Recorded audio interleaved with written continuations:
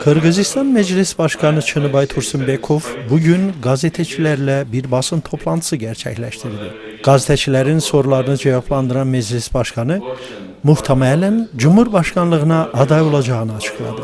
Bununla birlikte Tursunbekov nasıl aday gösterileceğini belirtmedi. Uluslararası Türkel Yayın Grubu Genel Başkanı Hüküme Halilova'nın "Günümüzde siz Türkiye'ye bir ziyaret gerçekleştirdiniz. Ziyaretinizden memnun musunuz?" sorusuna şöyle yanıt veren Kırgızistan Meclis Başkanı Çınıbay Tursunbekov dedi: "Türkiye ziyaretimin başarılı geçtiğinden dolayı memnunum.